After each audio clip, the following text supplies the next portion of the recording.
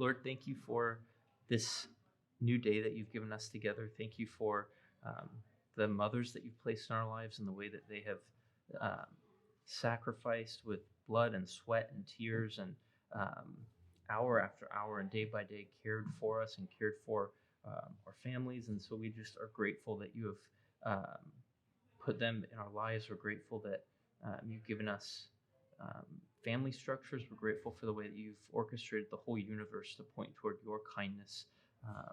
You are a good Father, and we love you, and we worship you, and we ask today that you would open the eyes of our heart to see wonderful things in your word and to worship you through that, and to be driven to love others and to share the truth with them and to live in ways that match up with how you have designed this world, and to live in ways that point to your beauty and your glory.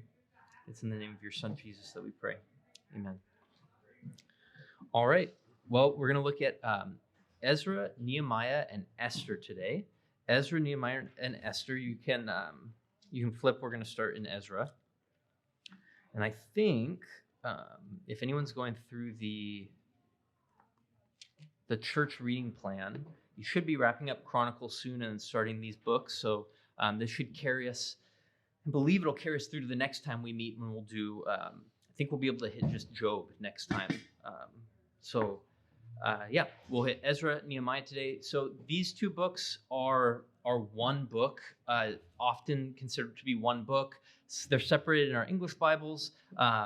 Even if they're two separate books or if they're considered one, the themes overlap, and there's really a pattern that kind of goes throughout all three, and we'll see those. But for Ezra here, and I'm applying this to both books, the word is unfinished, and the idea is this. Ezra is going to pick up right where 2nd Chronicles left off.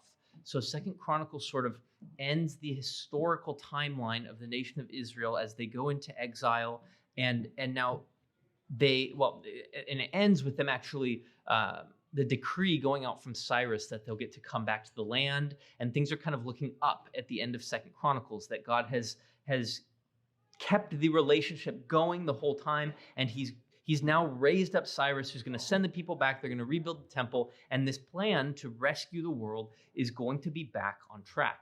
And Ezra has an exact echo of what's going on here. So at the beginning, verse 2 of the book of Ezra, you can see this decree from Cyrus, and the wording here is the exact same. If in my Bible, you can actually see the two pages side by side.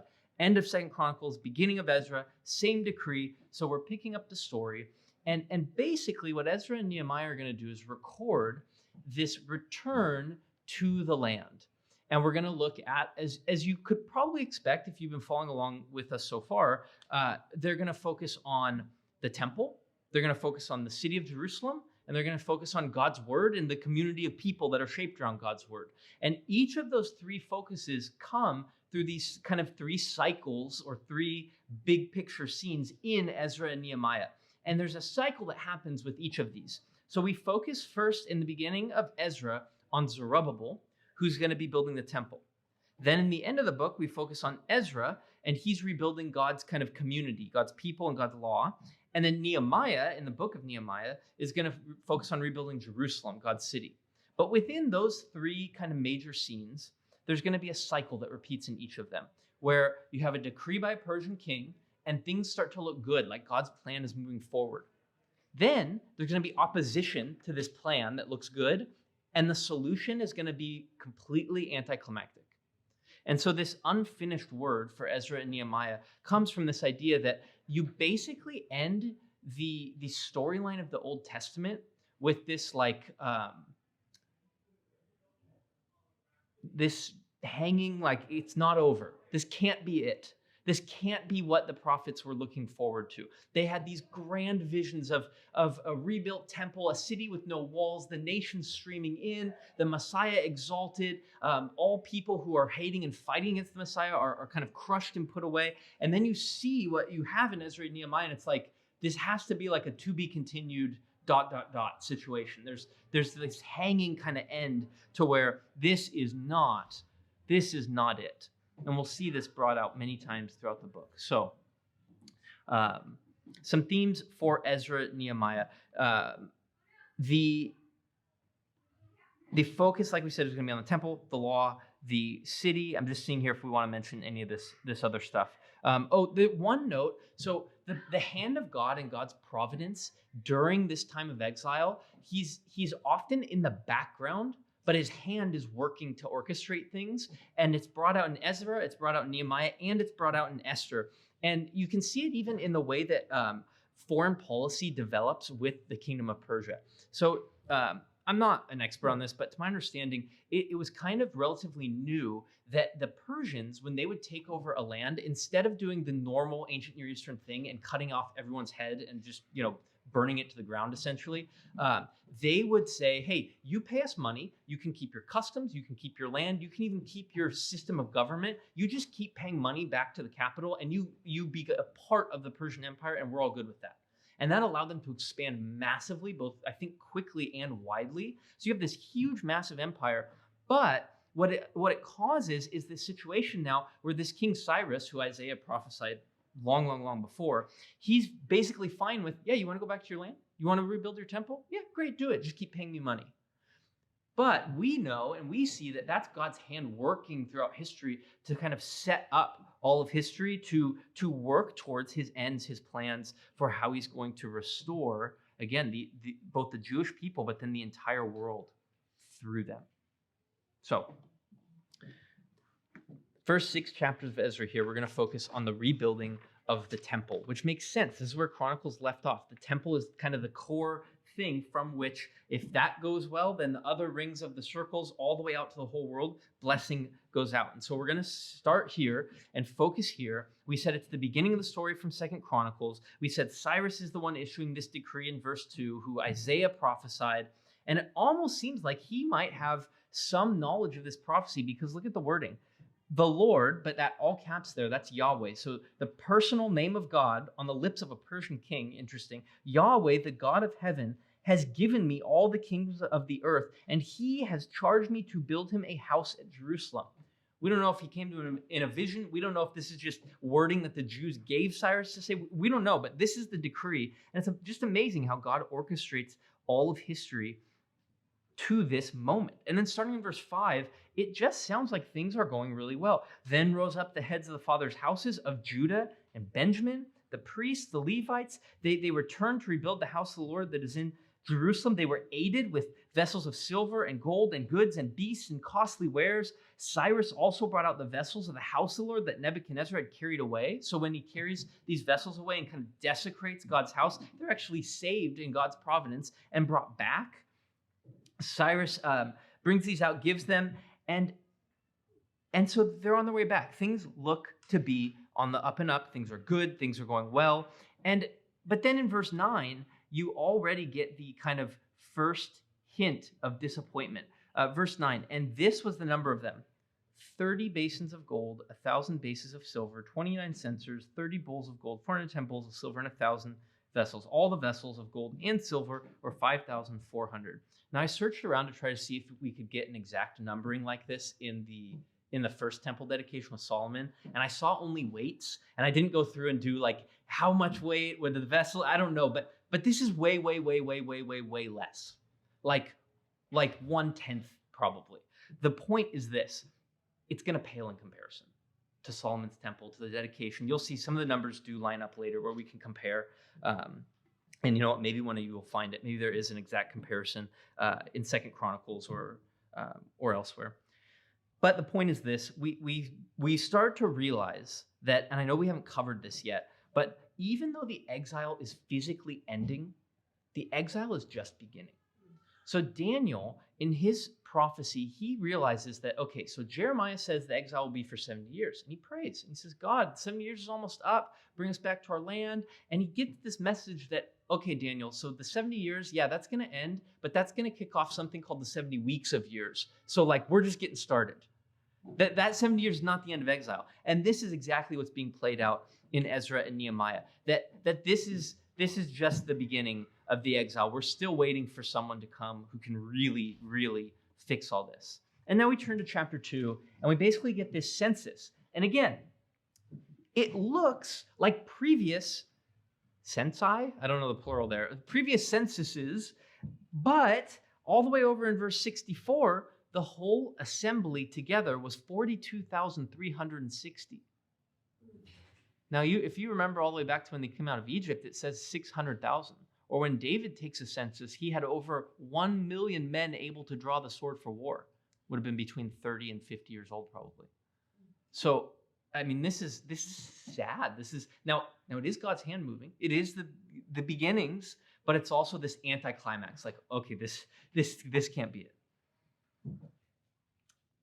So that's chapter 2 there. Moving into chapter 3, we get introduced to this man named Zerubbabel. And Zerubbabel comes from two words that mean planted in Babylon. The idea is that this generation is the generation that has not even grown up in Israel. They're removed from the land. But again, it looks like things are going well. Verses 1 through 7, here's what you see. They celebrate the Feast of Booths. There's free will offerings mentioned. There's reinstitution of daily offerings mentioned.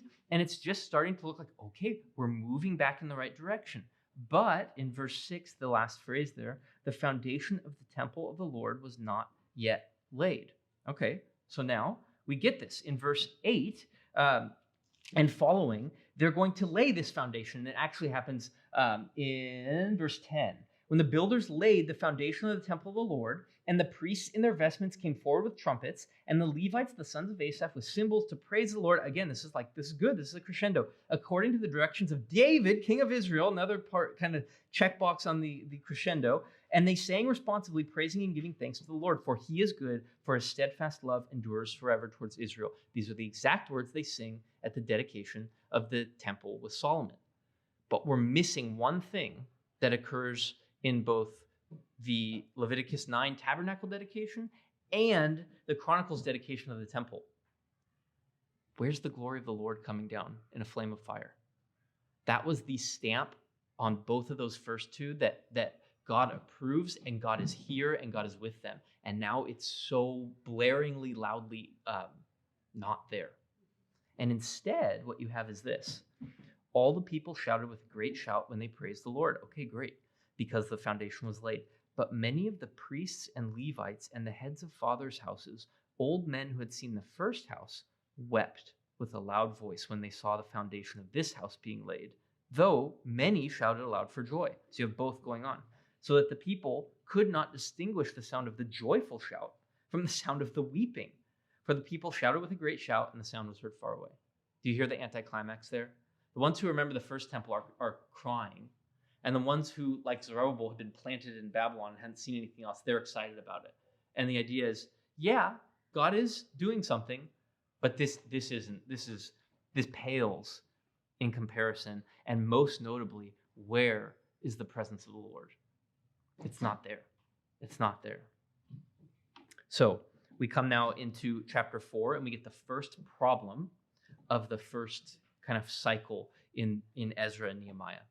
And that first problem is this. The people in the land, just to kind of summarize it here, the people that are around Jerusalem say, hey, we want to help build the temple. Can we come help you? And Zerubbabel very kindly responds, no, get away. And we might kind of like, oh, no big deal, whatever, it's annoying. But the issue here is that the prophets look forward to a day when Israel would basically be put back together. Remember, they shattered after Solomon. This kingdom was split. Israel's going to be put back together, and even the Gentile nations are going to stream in. But now there's the temple's being laid, the foundation's being laid, but it's still all broken relationally between the people. This isn't what we were ultimately looking for. But they get Artaxerxes, the opposers get Artaxerxes to issue a decree. He undoes the first decree. The work has to stop. And so we kind of have this problem of, okay, how is this going to get resolved? Well, it does get resolved in chapter 5. Zerubbabel fixes the problem, but the fixing the problem, again, does not solve these core issues where the nations would be streaming into Jerusalem, the tribes would be reunited, the teaching and the law would go out from the land, just all these glorious things that the prophets looked for. I have some notes there, Isaiah 2, 7, 11, all the chapters, after basically chapter 40 in Isaiah, Ezekiel 36, 37, 38. It's not what the prophets foresaw. It's the maybe kernel seed of it, but there's still all these issues. And I'm going to move kind of a little quicker through here, but in 5 and then in 6, so there's a decree that they have to stop the work. Then they get another decree that the work can start again. And with each of these kings, so the Persian kings were the first ones, to my knowledge, to claim the title King of Kings. So when God calls himself that, it's actually, I believe, the first time it comes up is in, I think, Daniel, where God is basically saying, no, it's not you, it's me. You're not the King of Kings, I'm the King of Kings. And so each of these quote unquote King of Kings are issuing these decrees, but Ezra and Nehemiah are helping you see through this lens that no. The real King of Kings is the one driving behind all this and driving this story forward. And so their false claim of that title doesn't really do a whole lot for them. So again, things start to look up. They get the decree to rebuild. They're told that their costs will be covered for. But, chapter 6, verse 17, they're finally able to dedicate the house of the Lord. The second decree, or I guess that'd be the third in this book, has gone out. And they're able to build it. They finish it. They offered at the dedication of this house of God 100 bulls, 200 rams, 400 lambs, and as a sin offering for all Israel, 12 goats, according to the number of the tribes of Israel. No issue with the 12 for the tribes of Israel. That makes sense. But if you go back to the first temple, the dedication was 22,000 oxen, 120,000 sheep, compared to, what would that be? 100 plus 200 plus 400 is like 700. So again, you can see it's great, but it's extremely anticlimactic. Now, chapter 7, we're going to turn to Ezra. So with these first 6 chapters, we've been looking at the temple, and we've seen multiple times through this cycle that, yes, things look good, but this is not it. It is to be continued. The exile is still going. Now, in the Ezra section, this would be focusing on God's people and the law, and this is going to be chapters 7 through 10 of the book of Ezra, kind of all the way up to Nehemiah. And most likely, as far as I can tell, we're jumping about 50 to 60 years ahead of where we ended in chapter 6. So it's a little bit of a time jump here. And this is going to have the same cycle. Things are going to look good. A problem is going to arise. There's going to be a solution, but the solution isn't going to be a real, true, lasting, what the prophets hoped for solution. So chapter 7, verses 1 through 28, this whole kind of big first section of Ezra here is going to give us, again, this cycle is kicked off by a decree from a Persian king, we have this in the note here. Once again, the King of Kings in Persia is Yahweh, not Xerxes. So Artaxerxes gave this decree for Ezra to lead a second wave back. So we've got second wave, second cycle, second decree. And there's this note that I want to make in 7:10. This one, I am not a writer in my Bible. I have almost no underlines, but this one's underlined for me. For Ezra had set his heart to study the law of the Lord and to do it and to teach his statutes and rules in Israel. This verse is a really good picture, honestly, for all of us, of one, what to do, but also the order even. So he set his heart. This is a whole person dedication of himself that he is going to know God's law. So he's going to study it. He's going to know it. But then the next step is that he's going to do it. He's going to live it out. And only then does he teach it. And yeah, you could say, oh, well, I don't teach a Bible study, I don't whatever. But if you have a family, if you have kids, if you have any relationships, you are getting to teach the Word of God. Even if you're just living with roommates, you're gonna have opportunities to open your mouth and explain, oh, I think this is what the Scripture says about this, or you will have opportunities, and this is always the order: study, do, then the teaching comes. And that's such a great little encapsulated verse. Especially if you do have any, official teaching opportunities. We want to live it out before we teach it. So we said that 7 is that decree. That second wave is going to come in. We're going to have a second kind of cycle of good. And chapter 8 is that looking up moment. Things are starting to look good.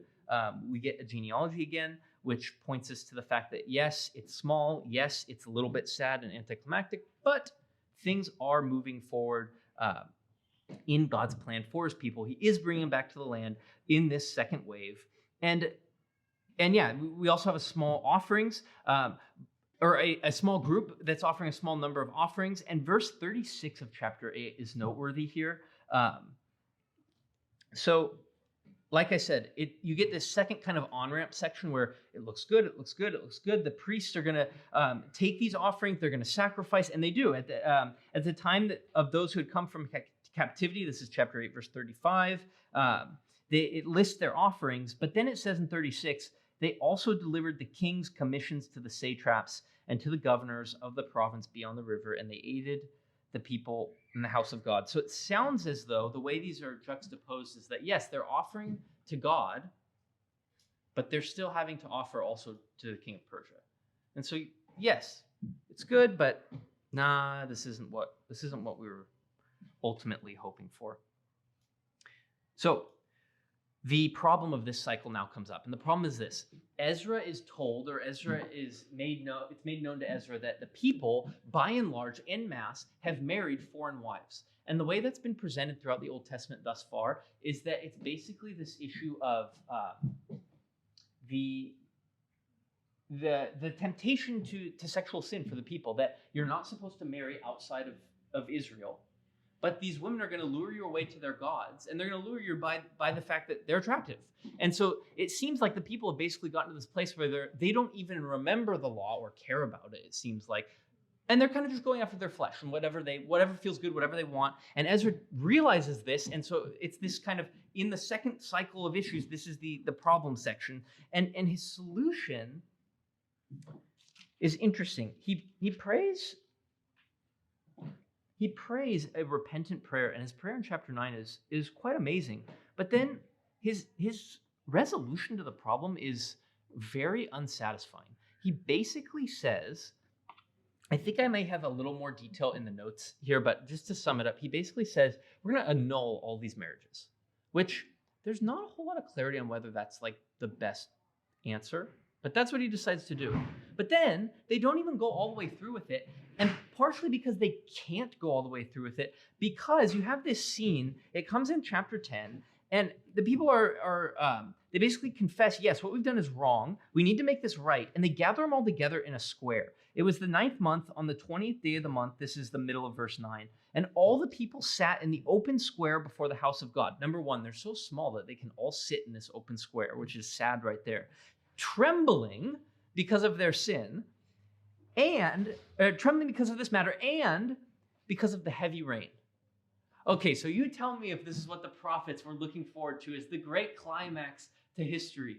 The temple rebuilt, but people are weeping about it. The city beginning to be kind of put back together, and they realize we've broken the law, we've completely transgressed, and the closing, I mean, imagine the movie closing with this scene. They're in the square, they're a tiny little group of people, it's pouring rain, and it's pouring so bad that they're trembling because, one, they're repentant over their sin, and two, because it's just freezing cold from the pouring rain, and they're like, we need to get divorced, but we're not really sure how to do this, and we don't know, and cut. And that's the end of the movie. So again, it's just, this can't be it. This cannot be the end. And you get the true cut scene here in the actual text is that they basically give you an anti-genealogy at the end.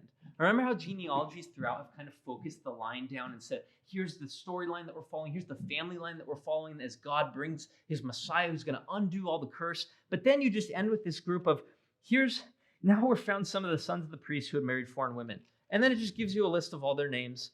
And ends with, and all these had married foreign women, and some of the women had even born children. Like this people who is supposed to be so separate and so a light to the nations is now just totally mixed in with the nations. To the point where you can almost say, like, is there even an Israel anymore? That's kind of the question, and it really does. It really does end on this note where you're like, Israel, they need a new heart still. They need, the core issue hasn't been fixed, even though some of the physical return to the land and rebuilding has happened. So we're going to go straight into Nehemiah because the same thing's going to happen. We're going to see the same cycle of decree by a Persian king who's actually being worked on behind the scenes by Yahweh. Then there's going to be opposition, and then there's going to be an anticlimax to it, and then there's some joining of Ezra and Nehemiah actually at the end of the book. So we'll jump into Nehemiah here. As you look down, the themes and the structure are all going to flow straight in from Ezra. But again, the focus here is on the rebuilding of the city, not so much the temple or the wall. So, setting, we're in Susa, the capital of Persia. This is the same setting that the book of Esther is going to be in. And Nehemiah is this high official serving under the Persian king. Again, this continues a theme that has happened with Joseph all the way through, where basically Abraham has promised that kings will come from him and that the ultimate ruler, the Messiah, will rule all nations. And so you get these figures popping up in the most unexpected times, and they're just like elevated right next to the king. And you're going to see this with Mordecai and Esther. You're going to see this here with Nehemiah serving under this Persian king. But even though he's a Hebrew exile, he's given this high position, and he's able to. So he hears what's going on, how the city is broken down, and he weeps and he prays about it. And he has kind of a longer prayer given in in chapter 1. And he's in such a position with this king that when the king hears or sees kind of his downfall he says in the beginning of verse 2, why is your face, beginning of verse 2 of chapter 2, why is your face sad, seeing you are not sick? You're not sick, so what's bothering you? This is nothing but sadness of the heart. And then I was very much afraid. I said to the king, let the king live forever. Why should not my face be sad when the city, the place of my father's graves, lies in ruins and its gates have been destroyed by fire? So the king sees, hey, you're sad. What's going on? And he says, hey, the city of Jerusalem, again, God raises up different people for different areas of emphasis, we might say. And for Nehemiah, he doesn't bring up the temple so much as he brings up the city itself is in ruins. I can't live with this. It's killing me. And so the king says in verse 4, what are you requesting? What do you want? And I love this line here. So I prayed to the God of heaven. Verse 5, and I said to the king, if it pleases the king, and if you're certain to have found favor, send me to Judah. The one thing I want to bring out just applicationally here is end of chapter 1, there's kind of a longer prayer. And then the king asks him, and it says, the king says, what are you requesting? Then it says, I prayed to the God of heaven, and I said to the king. So in between the king's question and Nehemiah's answer, he prays, which is, it's not like he stops for 10 minutes to pray. This is like a one line in your head, Lord help me, and then answers. And it's neat to see the juxtaposition of the two flowing into and out of one another. Like the person who says, well, I just pray like in my head throughout the day. That's like, I just text my wife throughout the day, and that's our only relationship. Like, no, that's not a relationship. But the both have to be there, right? So it's just a neat little picture of you have Nehemiah praying for a more extended time in chapter 1, and then just shooting a prayer up quickly in chapter 2. And because God's hand is over this whole thing, and we know that he's the King of Kings that's directing it, not these Persian kings claiming to be the King of Kings, because of that, he does find favor with the king. And the king says, yeah, go back, rebuild it. I'll send you the letters that you need for it. And basically, he even gives him, I believe, let's see how the wording is. He's getting beams for the gates and the fortresses of the temple and for the wall of the city and the house that he's going to occupy. The king granted me what I asked, for the good hand of my God was upon me. God is orchestrating all these things even when he's not clearly in view. So let's go the second page of these notes here on Nehemiah. So in the following portion to the end of chapter 2, and especially I think I noted in verse 20, it's this, again, you kind of have this up ramp of things look good. He's going back. He's going to rebuild. He's kind of checking out all the different places in Jerusalem and how they want to rebuild it. And he's calling the people to let us rise up and build, he says in verse 18. And then verse 20, the God of heaven will make us prosper, and we, his servants, will arise and build. And then he's replying to Sanballat. He says, but you have no portion or right or claim in Jerusalem. But you just hear on the lips of Nehemiah this courage, this boldness, this we are going to rebuild the city. So things look good. Chapter 3 recounts all of the rebuilding work that is going on. Again, this is adding up to the buildup, you could say. It just lists through, this is repaired, and then this is repaired, and then the horse gate is repaired, and then all these different sections are repaired. But then you get to chapter 4. And again, the cycle happens the same. A decree goes out, things look good, and now a problem comes. And this problem here, you might remember the name Sanballat, or however you want to pronounce that. But when Sanballat heard that we were building the wall, he was angry and greatly enraged, and he jeered at the Jews. And he said in the presence of his brothers and of the army of Samaria, "What are these feeble Jews doing? Will they restore it for themselves? Will they sacrifice? Will they finish up in a day? Will they revive the stones out of the heaps of rubbish and burn ones at that?" So the people around, these are all pagans basically around, they don't want anyone in Jerusalem because just practically and geographically, if you control Jerusalem, it's up high on a hill, it's a great fortress, like you're probably going to control that surrounding region. And so there's an impetus on these guys to say, hey, let's make sure that this doesn't happen. And so they continue to basically harass them. And chapter 4, chapter 5, and chapter 6 all kind of show these. There's internal problems, there's external problems within Nehemiah's group, and then outside of Nehemiah's group, there's kind of all these pushbacks. And he responds. I don't know if I noted where he says this.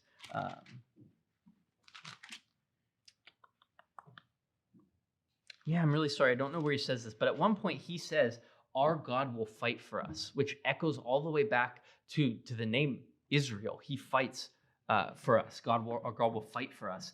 But even this is an anticlimax, and this is why. They are able at the end. Maybe I did note it down. Yeah, thank you. Okay, so 420 is where he says the. Thank you. In the place where you hear the sound of the trumpet, rally to us there. Our God will fight for us.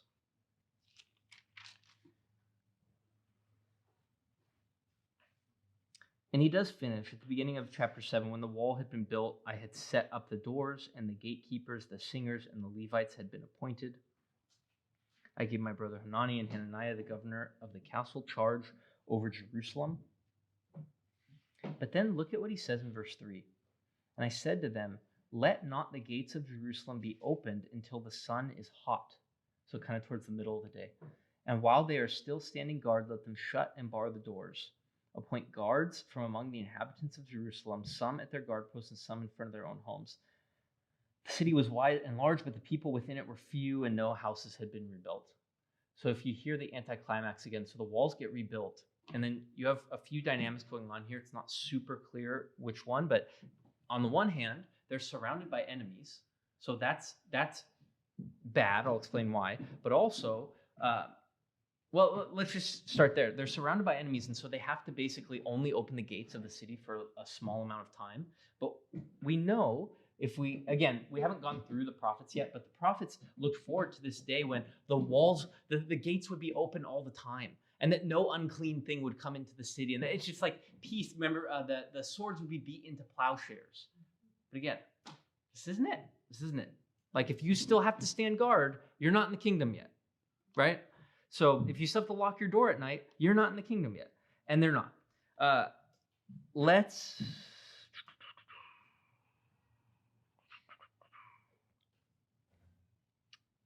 Let's jump to, so chapters 8, 9, 10, 11, and 12, 8 through 12, Ezra and Nehemiah actually sort of fuse together here. And you get a restatement again, chapter 7, verse 66. Do you remember in Ezra, we get this same line, "The whole assembly together was 42,360.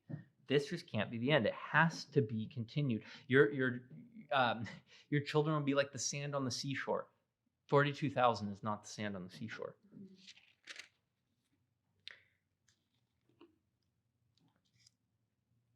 Yeah, let's just note kind of the final, you could say the climactic anticlimax. So towards the end of the book, things start to look good. They bring out the law in chapter 8. They read it all day, but then for a 7-day period they celebrate booths, and I also think they celebrate Passover here. There is recording of prayers, but they end in chapter 9. These prayers end by restating 2 times, "We are slaves this day. We are slaves," which is exactly what Deuteronomy said. If you break the covenant, the final hammer blow of cursing that's going to fall on you is that you'll go back to Egypt. not necessarily physically back to Egypt, but back into slavery. And so this repetition of this here again is they are still in exile. Even though the exile is quote unquote over, they're going back to the land, it's not over. But they recommit themselves to follow the covenant. This is chapter 10 and chapter 11. They kind of recount the sealing of this we want to follow the Lord, where they also recount who these leaders are. And so again, it looks like, okay, maybe these are small beginnings, but things are headed back in the right way. But chapter 13 is like this final hammer blow where Nehemiah starts to go around the city.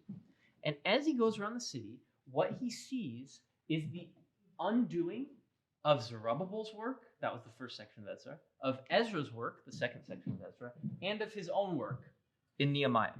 So, chapter 13, verses 4 through 14, he finds priests that are neglecting the temple and that are unqualified. They're not supposed to be priests. And so Zerubbabel's temple work, that's not going so well.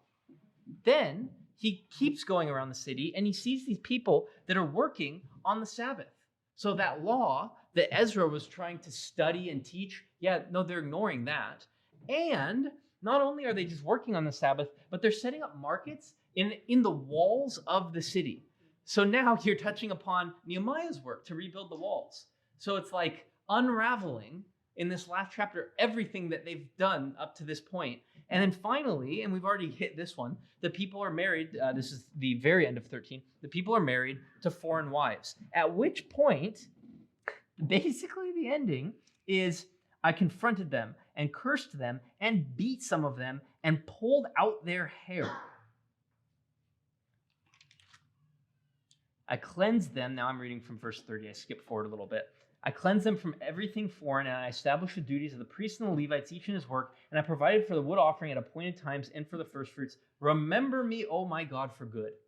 This is like Nehemiah, and it almost makes sense because you think of him as he's like rebuilding the walls. So I think of him as almost like the more of the contractor type. And he's like, and when I found out that all this was being unraveled and all my work was undone, I went ballistic on them. I did all these things, God, so I did my best. Remember me, I'm done. Like that's kind of how it ends. So again, this bold at the end here. Israel still needs a new heart. They need a heart that's given by the Spirit and that's inaugurated or given by the real King. They don't have those things. Even though they're back in the land, the exile is just beginning. Matthew's actually going to pick up on this in the New Testament and show how Jesus ends that exile. So that is Ezra and Nehemiah. And let's hit Esther. And then, like I said, if we are able to wrap up a little early, you can get to whatever Mother's Day festivities there are. So Esther is going to be really similar in flavor. It is 100 years after the exile. It's in the capital of Persia, so it's set in the same capital as Nehemiah. But this is honestly one of my favorite books in the entire Old Testament because of how intricately it's arranged. So I honestly, to tell you the truth, I ran out of time this week and didn't note every detail. I may in the notes later be able to send you the amount of, well, you'll see some of it, but just it's hilarious, it's clever, it's funny, it's theological. So the word is providence. The name of God is never mentioned in the book. Liberal scholars will come to this and be like, see, God's not even mentioned. The Jews had this, they developed a mentality over time to where they understood that God was, if anything, behind the scenes, and really it was them that was working. And you're like, no, read the book, and it's God's hand of providence everywhere. It's purposeful that he's not mentioned. The fact that he's not mentioned is actually to highlight how much he is working, even though he's not seen. So, a few things to mention. Okay, so our main characters, and it does flow almost like a play. You have Mordecai, you have Esther, you have the Persian king who's kind of always drunk and really characterized as controlled by other things, not in control of himself. You have Haman. Those are our main protagonists and antagonists. We mentioned this, God is never mentioned by name, but look for providence. And then keep in mind also, if you remember the diagram from last time, as it goes with the Jews, that's how blessing echoes out into the whole world. And so that's why we can read these books and realize when the fate of the Jews is hanging by a thread, the fate of the world is hanging by a thread. And so that's why you kind of see how this is all tied up together in these stories. Now, a few last things to note as we jump into it. there's a line in Psalm 2 where Psalm 2 is this really important, really core psalm about the Messiah and how, let me just get it right and flip over there.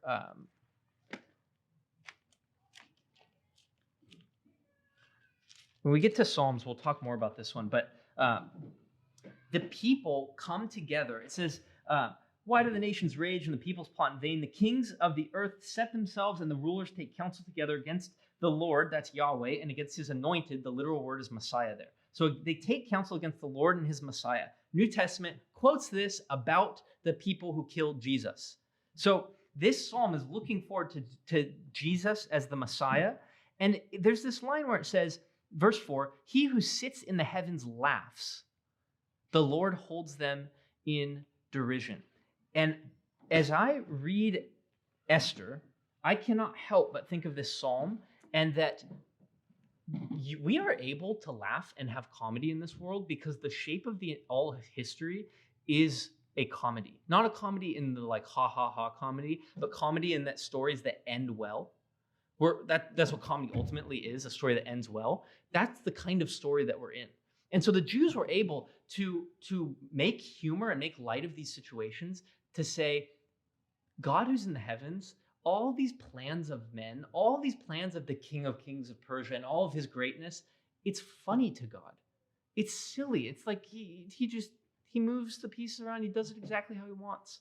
And so it's really a fun book. It makes you smile when you see kind of how it's set up. So let's go into it. The book as a whole, there's two diagrams here. The text is a little small on these. I apologize.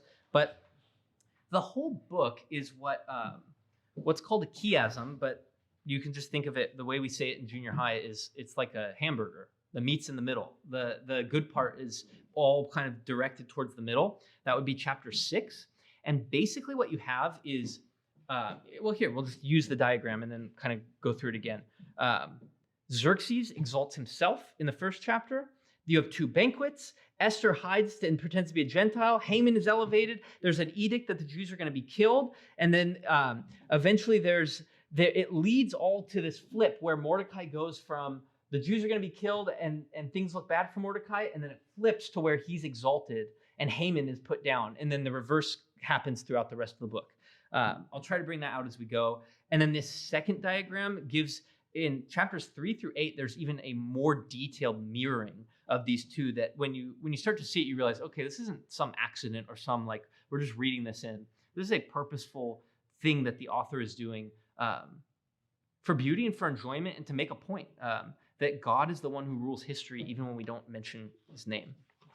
So let's actually look at it. Chapters 1 and 2. Chapters 1 and 2 are putting forward the greatness of King Ahasuerus.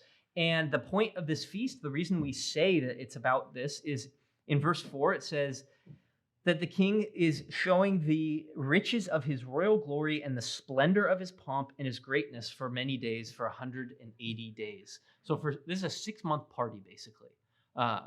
And when you keep reading here, do you see that it says there were white cotton curtains, violet hangings fastened with cords of fine linen, purple to silver rods, marble, mosaic pavement, porphyry, marble, mother of pearl, precious stones. These are all language that at one point or another is colors and words used to describe actually God's glory or God's throne room in different places. And the idea, I think, is that the king of Persia is elevating himself to make himself like God.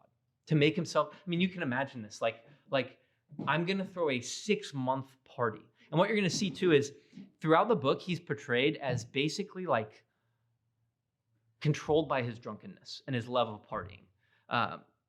But it's funny because it builds on this theme that God will give people over to what they want. And so you get what you want, and you'll be controlled by what you want as well. So let's go to, so verse 8. So he throws this party, this massive party, and the drinking was according to this edict. There is no compulsion, for the king had given orders to all the staff of his palace to do as each man desired. He loves a good party. He loves a good party. And he commands on the 7th day, this is verse 10, when the heart of the king was merry with wine. By the way, I'll try to bring out, there's tons of little things where if you have an eye out, you can see providence that as he's drunk, And as these things are coming together, this storm is being weaved together by the Lord. So when the heart of the king was merry with wine, he commanded, and he's speaking to his eunuchs, but he says, bring in, verse 11, Queen Vashti with her royal crown. Now, the implication that some people bring out, and I think this might be right, is that it's just the royal crown that she would be wearing. He's showing her off in a way that would be very degrading to her. And so she refuses. Now, I think what's about to happen here, which is, again, this is all supposed to be somewhat funny. The Jews understand the way that marriage and male-female relationships are supposed to work. And they know that when men take the lead and when women follow, that works well and that goes well. And it seems like they portray Ahasuerus, Vashti, and the whole Persian kingdom, especially in the marriage relationship, to be like hopelessly confused, and it creates all these problems. So you've got Ahasuerus, who, although he's the king, is refused by his own wife, which would have made Jews chuckle. And then his solution in his drunken stupor is, I know, let's make a decree that every woman has to obey every man in their own household, which the Jews would have all been like, yeah, read Genesis. Like, that's what it talks about. You know, Peter quotes about Sarah obeyed Abraham. This was her beauty. And like they would have all known this. And they're like, this is hilarious. You have to get drunk and have her refuse you for you to figure out what God just wrote into creation. But this is the King of Kings, right? So that it's funny. So he makes this decree. But not only is the decree for the whole kingdom, but it's also that Vashti is going to lose her position, and this sets up for Esther, because the solution, this amazing solution by the Persian king, quote unquote, King of Kings, is, I know, let's pick the next queen with a beauty contest. So he's a party boy, and he says, I think I'll pick the next queen by figuring out who's just give me the most beautiful one. In fact, let's have like Persian Idol, right? Their version of American Idol. So he brings them all in. And let me make sure I'm not getting too far ahead of myself. Yeah, so you can see, I had this note on 112. It's in bold, so I feel like I should mention it. He's not in control of himself. He's not in control of his queen. He's not in control of his kingdom. Yahweh is the one that's actually ruling. And chapter 2, verses 1 and 2, this plan, it's, again, the things that he loves are leading him right into the path that God wants. When the anger had abated, chapter 2, verse 1, he remembered Vashti and what she had done. And then the king's men who attended him said, let beautiful young virgins be sought out for the king, and let the king appoint officers to find them. This is exactly what leads Esther to the citadel, to the capital. So she's placed in the harem. She excels. Again, this has overtones of Joseph. This is overtones of Daniel, where God is exalting his people and bringing them to ruling-like positions very quickly. And she is, basically, it says in verse 15, now Esther was winning favor in the eyes of all who saw her. Verse 17, the king loved Esther more than all the women, and she won grace and favor in his sight more than all the virgins, so that he set the royal crown on her head and made her queen instead of Vashti. So God now, in this skillful maneuver, has brought one of his people to right next to the king. And what we're going to see is that this drunken fool is not the one in charge. God's actually using a woman of the Jews to rule over this King of Kings. Again, this is all supposed to be somewhat, I don't know if tongue-in-cheek is the right word, but it's supposed to be a little bit funny. Then, another happenstance. We're introduced to Mordecai. Mordecai is the uncle of Esther, the one who raised her, and he happens to be sitting, verse 21, in those days as Mordecai was sitting by the king's gate, Bigtan and Teresh, two of the king's eunuchs who guarded the threshold, became angry, and they sought to lay hands on King Ahasuerus. And this came to the knowledge of Mordecai, and he told it to Queen Esther, and Esther told the king in the name of Mordecai. Okay, two dynamics going on. Number one, you see the hand of God. Oh, he just happened to be by the gate. He happened to hear it, and he happened to let him know about this plot on his life, which is going to come up again later. But secondly, again, when the Jews rule, things go well for the world. And so even though Ahasuerus is ruling, Esther gets elevated, and now Mordecai is telling her, and you're gonna start to see as Mordecai gets elevated, this one faithful Jew who is a nobody starts to essentially take on a ruling position in this kingdom that rules over the whole world.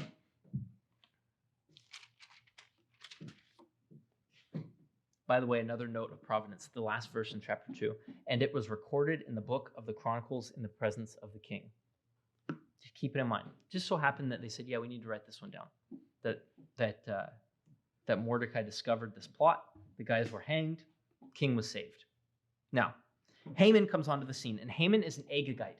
Agag, King Agag, if you remember, this goes all the way back to Saul and Agag. Saul is told, kill King Agag, but he won't do it. He won't obey. And all the way since then, these people have been harassing Israel and causing problems. And so the same story is still going on in that the Agagites need to be destroyed, and they haven't been. And so this story continues this, if you remember, all the way back in Genesis, the seed of the serpent and the seed of the woman, those who follow Satan and those who follow God are going to be warring throughout history. And this, again, is being brought out here and sort of brought to a point in a lot of ways. And so this guy Haman comes along, and he just cannot stand it because he is elevated high in the kingdom such that all the king's servants who were, verse 2 of chapter 3, all the king's servants who were at the king's gate bowed down and paid homage to Haman. For the king commanded, but Mordecai did not bow down or pay homage. He knows, one, I'm not going to worship anyone but Yahweh, but two, I think he knows the overtones of the whole Saul Agag thing that's going on here. He knows exactly who this Haman is. And so Haman is absolutely furious.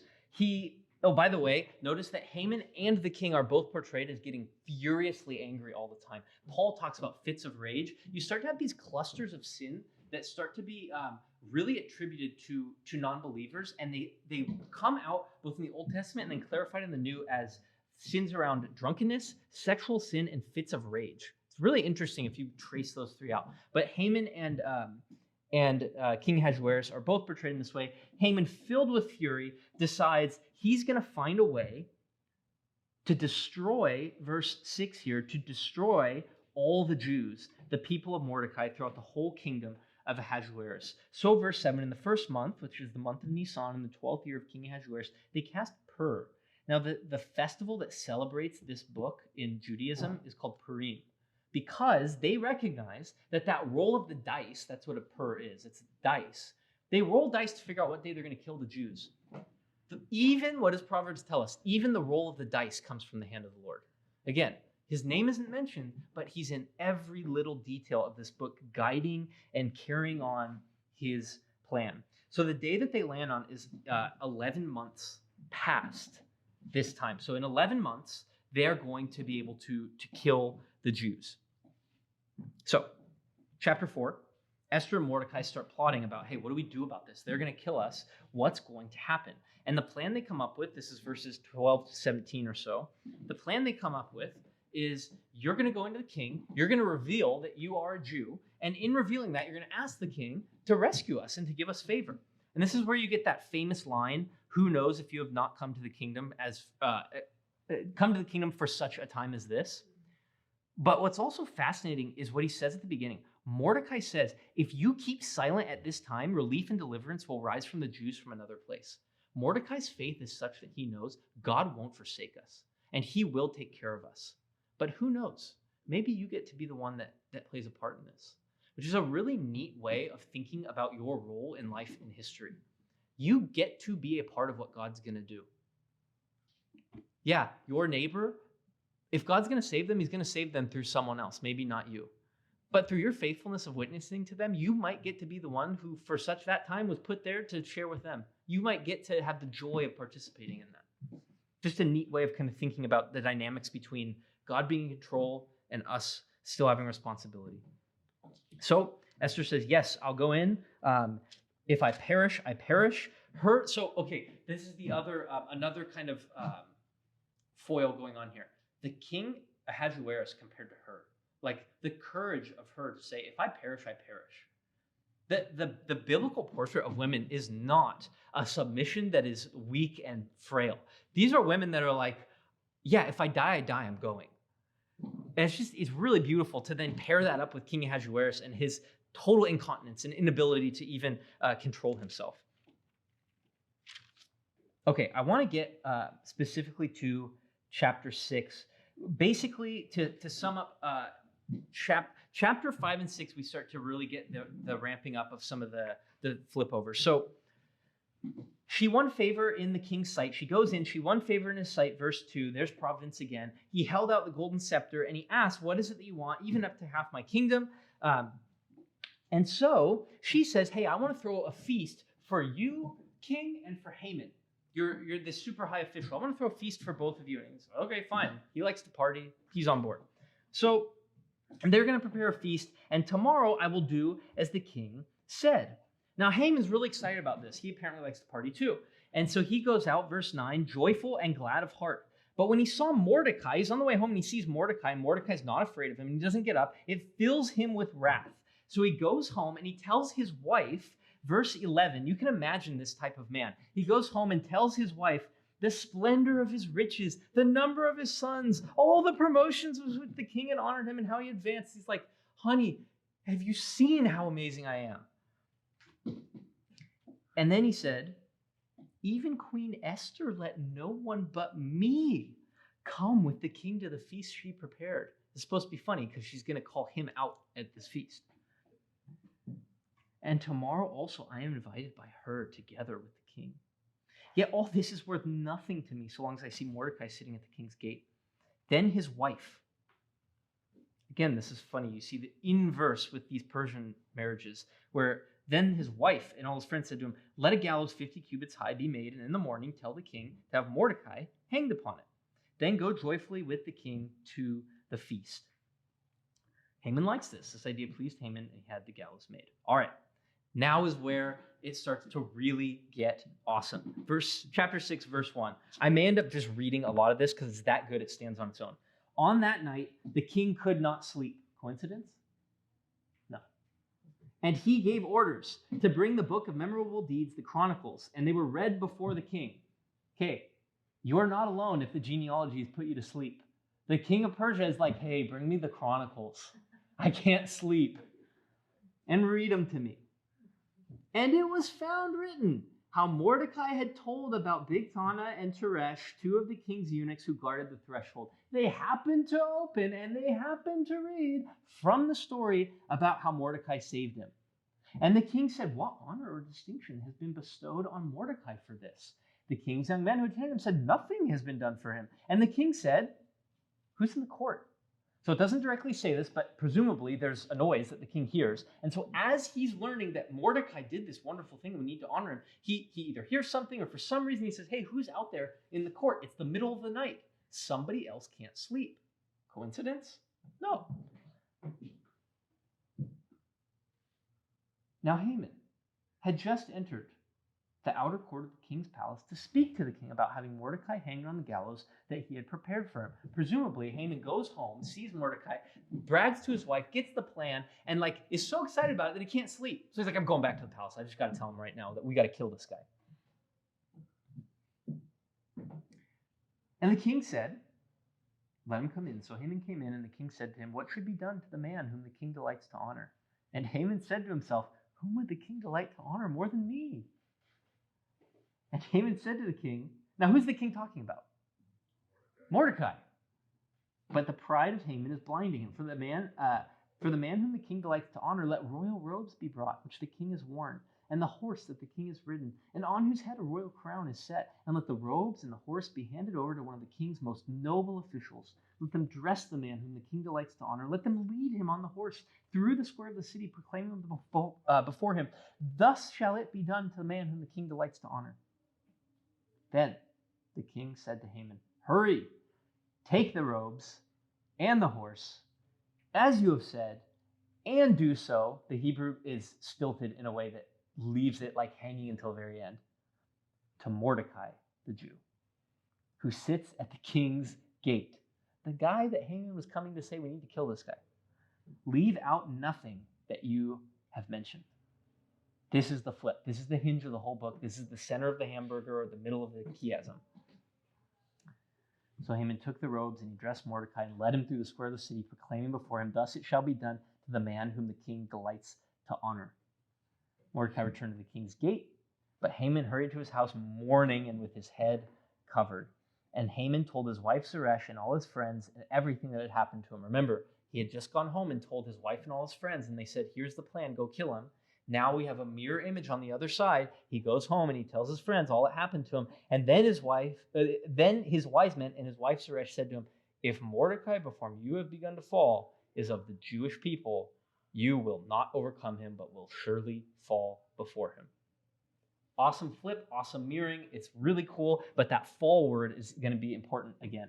While they were yet talking, this is like a movie scene. While they were yet talking with him, the king's eunuchs arrived and hurried to bring Haman to the feast that Esther had prepared, the one he's so excited about. Okay, let's go. So the king and Haman went into the feast with Queen Esther, and on the second day, as they were drinking wine after the feast, the king again said to Esther, what is your wish? It shall be granted to you.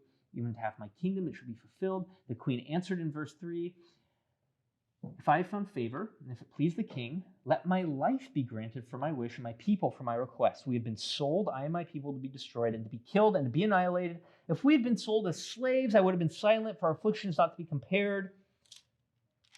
And the king is confused and says, who is he and where is he who has dared to do this? And Esther said, a foe and an enemy, this wicked Haman. Then Haman was terrified before the king and the queen. Now this is awesome, even again. And the king arose in his wrath. Again, we have drinking, we have wrath, and went into the palace garden. So he goes out of the room, but Haman stayed to beg for his life from Queen Esther, for he saw that harm was determined against him by the king. And the king returned from the palace garden to the place where they were drinking wine.